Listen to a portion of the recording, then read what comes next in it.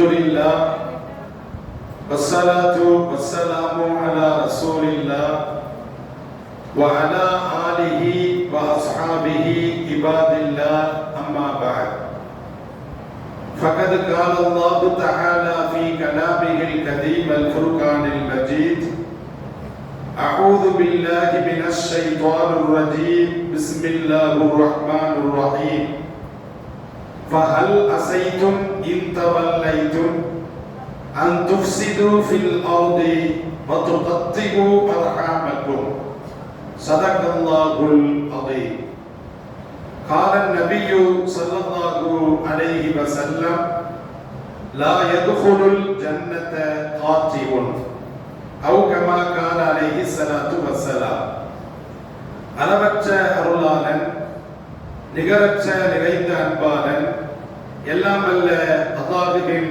திருப்பெயரை போற்றி அகில உலகத்திற்கு அற்புடையாக அருளப்பட்ட அண்ணல் நபிகள் நாயகம் ஸல்லல்லாஹு அலைஹி வஸல்லம் அவர்களை போற்றி எனது உரையை ஆரம்பம் செய்கின்றேன். அன்புள்ள தாய்மார்களே, அருமையான சகோதரிகளே, அல்லாஹ்வின் மகத்தான கிருபையினால் 2026 ஆண்டின் நோன்பு பெருநாளை இறை இல்லத்தில் வந்து கொண்டாடி மகிழ்வதற்காக வேண்டி நாம் இறை இல்லத்திற்கு வருகை புரிந்திருக்கிறோம். இந்த நோன்பு பெருநாள் சொல்லக்கூடிய தத்துவம் என்னவென்றால், 3 தத்துவத்தை இந்த நோன்பு பெருநாள் நமக்கு பறைசாற்றுகிறது. ஒன்று என்ன அப்படின்னா, இறைவனை வணங்கி வாழ வேண்டும். இரண்டாவது என்னவென்று சொன்னால், ஏழை எளியோருக்கு வழங்கி வாழ வேண்டும். மூன்றாவது என்னவென்று சொன்னால், எல்லோரிடமும் இணங்கி வாழ வேண்டும். இந்த 3 தத்துவத்தை இந்த நோன்பு பெருநாள் நமக்கு பறைசாற்றுகிறது, ஞாபகம் ஊட்டுகிறது. புகாரி ஷரீஃபிலே பதிவு செய்யப்பட்ட ஒரு ஹதீஸ். அபூ அய்யூப் அன்சாரி ரலியல்லாஹு அன்ஹு அவர்கள் தெரிவிப்பார்கள். ஹதீஸ் நம்பர் 5983. ஒரு மனிதர் வேகமாக வந்து ஸல்லல்லாஹு அலைஹி வஸல்லம் அவர்களிடத்தில் அக்பிர்னி பி அமலின் யுதுகிலுனி அல் ஜன்னா, எனக்கு ஒரு செயலை கற்றுத்தாருங்கள், அந்த செயல் என்னை சொர்க்கத்தில் நுழைவிக்க வேண்டும்.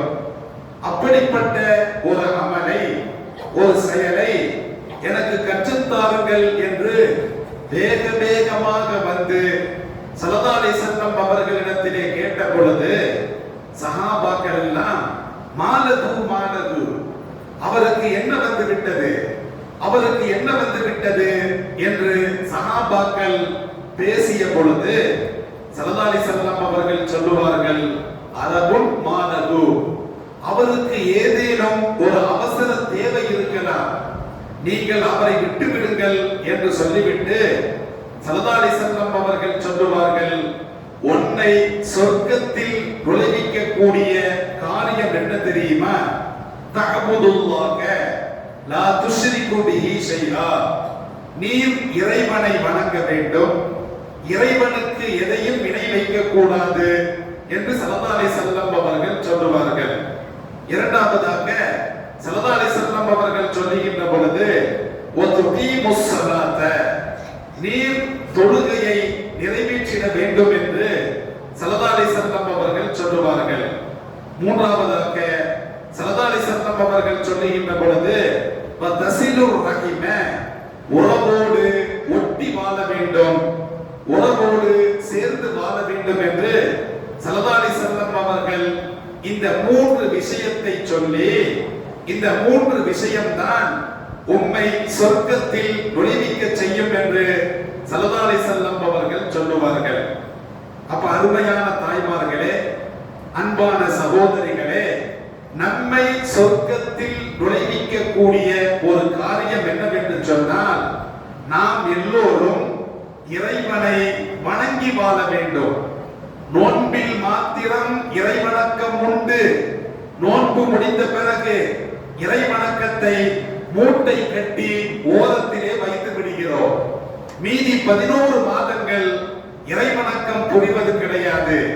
ஆனால் இறைவணக்கம் என்பது வஅபுது ரப்பக ஹத்தா யஅதியகல் யகீன், மரணம் வரும் வரைக்கும், நோன்பு காலங்களில் மாத்திரம் அல்ல, மரணம் வரும் வரைக்கும் இறைவனை நாம் வணங்க வேண்டும் என்று எல்லாம் வல்ல அல்லாஹ் அல் குர்ஆனிலே சொல்லி காட்டுகிறார்.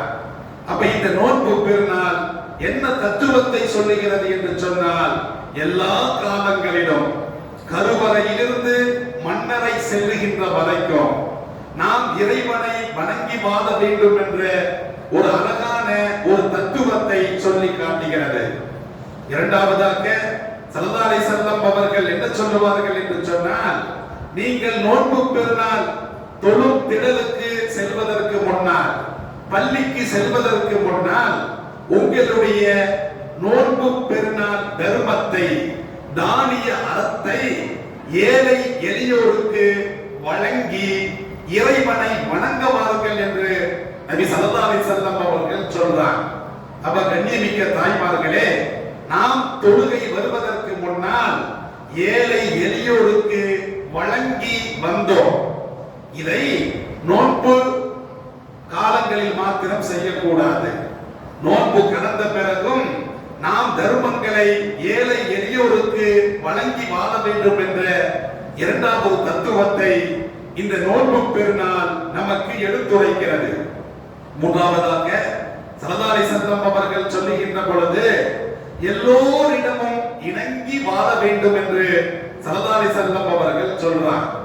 அருமையான தாய்மார்களே, மாமியார் மருமகனுக்கு மத்தியிலே சண்டை, குடும்ப சண்டை, மாமனார் மருமகனுக்கு மத்தியிலே குடும்ப சண்டை, தகப்பன் மகனுக்கு மத்தியிலே சண்டை, தாய் மகனுக்கு மத்தியிலே சண்டை, நாத்தனார் மைனிக்கு மத்தியிலே சண்டை.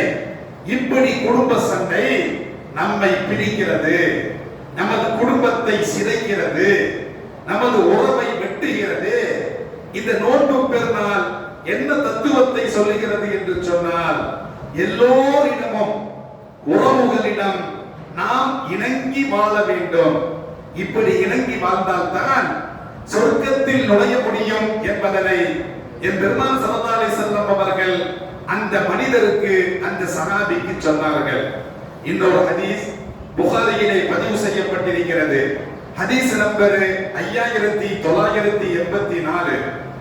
ஸல்லல்லாஹு அலைஹி வஸல்லம் அவர்கள் சொல்வார்கள், லா யதுகுலுல் ஜன்னத காத்திவுன், உறவை முறித்து வாழ்பவன், உறவை வெட்டி வாழ்பவன், அது ஆணாக இருந்தாலும் சரி, அது பெண்ணாக இருந்தாலும் சரி, அவர்கள் சொர்க்கத்தில் நுழையவே முடியாது என்பதனை என் பெருமான் ஸல்லல்லாஹு அலைஹி வஸல்லம் அவர்கள் சொல்லுவார்கள். தாய்மார்களே, உங்களுக்கு விசாலமான வாழ்வாதாரம் வேண்டுமா? உங்களுக்கு வளமான வாழ்வு கிடைக்க வேண்டுமா? உங்களுக்கு நீடித்த ஆயுள் கிடைக்க வேண்டுமா? ஸல்லல்லாஹு அலைஹி வஸல்லம் அவர்கள் என்ன சொல்றாங்க? யாருக்கு விசாலமான வாழ்வாதாரம் கிடைக்க வேண்டும் என்று அவர் மகிழ்கிறாரோ, யாருக்கு நீடித்த ஆயுள் கிடைக்க வேண்டும் என்று எவர் மகிழ்கிறாரோ, ஃபல்யஸில் ரஹிமஹு, அவர் உறவோடு ஒட்டி வாழட்டும், உறவோடு சேர்ந்து வாழட்டும் என்பதனை என் பெருமான் ஸல்லல்லாஹு அலைஹி வஸல்லம் அவர்கள் சொல்லுவார்கள். இன்னொரு ஹதீஸ், அனஸ் ரலியல்லாஹு அன்ஹு அவர்கள் தெரிவிக்கக்கூடிய ஒரு செய்தி, யாருடைய வாழ்வாதாரம் விசாலமாக்கப்பட வேண்டும் என்று எவர் விரும்புவாரோ, யாருக்கு நீடித்த ஆயுள் கிடைக்க வேண்டும் என்று எவர் விரும்புவாரோ, அவர் ஆணாக இருந்தாலும் சரி, பெண்ணாக இருந்தாலும் சரி, அவர் உறவோடு சேர்ந்து வாழட்டும், உறவோடு ஒட்டி வாழட்டும் என்பதனை என் பெருமான் ஸல்லல்லாஹு அலைஹி வஸல்லம் அவர்கள் சொல்லுவார்கள். எல்லாம் வல்ல அல்லாஹ் உறவை படைத்த பொழுது இந்த உறவு என்ன செய்தது தெரியுமா? அல்லாஹ்வுடைய அரிசின் சிம்மாசனத்தின் கால்களை பிடித்துக் கொண்டு அல்லாஹ்விடத்திலே ஒரு கோரிக்கை வைத்தது. இறைவா, நான் உறவாக இருக்கிறேன், என்னை ஒட்டி வாழ்வதை விட்டோம், நான் உன்னிடத்திலே பாதுகாப்பு கோருகிறேன் என்று அந்த உறவு மன்றாடிய பொழுது அல்லாஹ் ரப்பல் ஆலமீன் கேட்கிறான், அம்மா தர்தைன, உறவே நீ பொருந்தி கொள்ளவில்லையா? அன் அசில மன் வசலக்கி, உன்னோடு யார் ஒட்டி வாழ்கிறாரோ அவரை நான் அரவணைத்துக் கொள்கிறேன். வஅக்தகு மன் கதஅக்கி, உன்னை எவர் வெட்டி வாழ்கிறாரோ அவரை நான் அப்படியே கைவிட்டு விடுகிறேன் என்று அல்லாஹ் ரப்பல் ஆலமீன் அந்த உறவை பார்த்து சொன்ன பொழுது, காலத் பலா யா ரப்பி, இறைவா இது எனக்கு மகிழ்ச்சி தருகிறது என்று உறவு சொன்னது. அப்ப கண்ணியமிக்கவர்களே, அப்ப உறவு என்பது சாதாரணமானது அல்ல. குடும்ப உறவு, தாய் மகளுக்கு மத்தியிலே இருக்கக்கூடிய உறவு, கணவன் மனைவிக்கு இடையே இருக்கக்கூடிய உறவு, அப்ப மாமியார் மருமகளுக்கு இடையே இருக்கக்கூடிய உறவு, தகப்பன் மகனுக்கு மத்தியிலே இருக்கக்கூடிய உறவு, மாமன் மருமகனுக்கு மத்தியிலே இருக்கக்கூடிய உறவு, மாமன் மச்சானுக்கு மத்தியிலே இருக்கக்கூடிய உறவு, அப்ப மைனி நாத்தனா இவர்களுக்கு மத்தியில் இருக்கக்கூடிய இந்த உறவு என்பது எப்படிப்பட்டது தெரியுமா? புனிதமானது. ஸல்லல்லாஹு அலைஹி வஸல்லம் அவர்கள் சொல்லுவார்கள், இன்னர் ரஹிம சுஜுனத்தும் மினர் ரஹ்மான், உறவு என்பது அளவற்ற அருளாளனாக இருக்கக்கூடிய அல்லாஹ்வுடைய அருட்கொடைகளில் ஒரு கிளையாக இருக்கிறது என்று ஸல்லல்லாஹு அலைஹி வஸல்லம் அவர்கள் சொல்லிவிட்டு அல்லாஹ் சொல்வதை ஸல்லல்லாஹு அலைஹி வஸல்லம் அவர்கள் சொல்லுவார்கள், உறவே உன்னை யார் அரவணைத்துக் கொண்டாரோ நானும் அவரை அரவணைத்துக் கொண்டேன், உன்னை யார் துண்டித்தாரோ அவரை நானும் துண்டித்தேன் என்று அல்லாஹ் சொல்லுவான். அப்ப கண்ணியமிக்க தாய்மார்களே, இந்த நோன்பு பெருநாள் சொல்லக்கூடிய இந்த மூன்றாவது தத்துவம் என்ன தெரியுமா? நீங்கள் இறைவனை வணங்கி வாழ்ந்தால் மாத்திரம் போதாது, ஏழை எளியோருக்கு வழங்கி வாழ்ந்தால் மாத்திரம் போதாது, உங்களுடைய குடும்ப உறவுகளோடு நீங்கள் உறவாடி வாழ வேண்டும், நீங்கள் இணங்கி வாழ வேண்டும். இதைத்தான் இந்த பெருநாள் சொல்லி காட்டுகிறது, தர்மங்கள் சொல்லி காட்டுகிறது, ஸல்லல்லாஹு அலைஹி வஸல்லம் அவர்கள் சொல்லி காட்டுவார்கள். உறவு என்பது என்ன தெரியுமா? இரண்டு உயிரினங்களுக்கு இடையே ஏற்படக்கூடிய ஒரு ஆழமான நட்பு, ஒரு தொடர்பு, பிரிக்க முடியாத ஒரு பிணைப்பு, ஒரு இணைப்பு, இதுதான் உறவு. இந்த உறவு பல உறவுகள் சேருகிற பொழுது ஒரு குடும்பம் உருவாகுகிறது. ஒரு பல குடும்பங்கள் சேருகின்ற பொழுது கூட்டு குடும்பம் உருவாகிறது. பல கூட்டு குடும்பங்கள் உருவாகின்ற பொழுது ஒரு கோத்திரம் மலர்கிறது. பல கோத்திரங்கள் இணைகின்ற பொழுது ஒரு சமூகம் பிறக்கிறது. பல சமூகங்கள் இணைகின்ற பொழுது ஒரு தேசிய இனங்கள் பிறக்கின்றன. பல தேசிய இனங்கள் சார்ந்ததுதான் இந்த உலகம், சர்வதேசம். அப்ப இந்த உலகம் என்பது ஒற்றை புள்ளியில் ஆரம்பித்திருக்கிறது. அந்த ஒற்றை புள்ளி என்னவென்று சொன்னால் உறவு, நட்பு. இந்த உறவின் மூலமாகத்தான் இந்த உலகம் ஆரம்பித்திருக்கிறது. எனவே அந்த உறவை பகைக்காதீர், அந்த உறவை சிதைக்காதீர். உறவு முறிவுக்கு என்ன காரணம் தெரியுமா?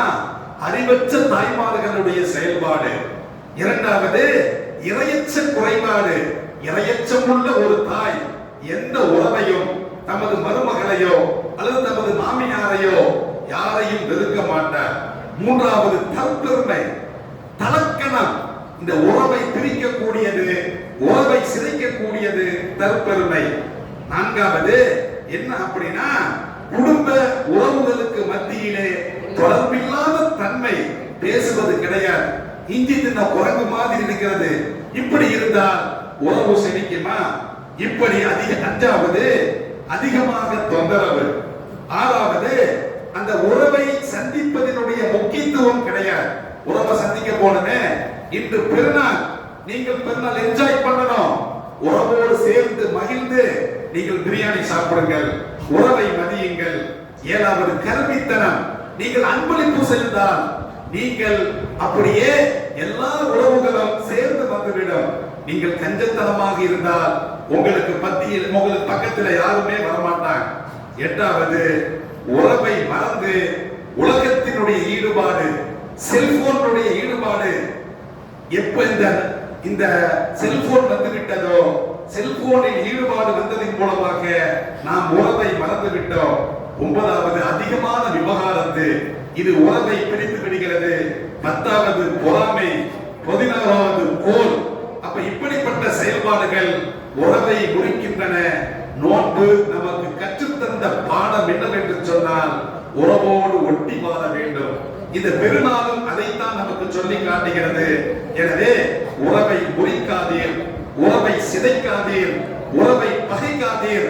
உறவோடு சேர்ந்து இந்த பெருநாளை நாம் கொண்டாட வேண்டும். எல்லாம் வல்ல அல்லாஹ் அந்த உறவை அரவணைத்து செல்வதன் மூலமாக சொர்க்கம் செல்வதற்கு, ஜன்னத்துல் ஃபிர்தௌஸ் செல்வதற்கு, ஸல்லல்லாஹு அலைஹி வஸல்லம் அவர்களோடு சொர்க்கத்தில் வாழ்வதற்கு வல்ல இறைவன் கிருபை செய்வானாக. வாஹிரு தஅவானா அனில் ஹம்துலில்லாஹி ரப்பில் ஆலமீன். அஸ்ஸலாமு அலைக்கும் வ ரஹ்மத்துல்லாஹி வ பரகாத்துஹு.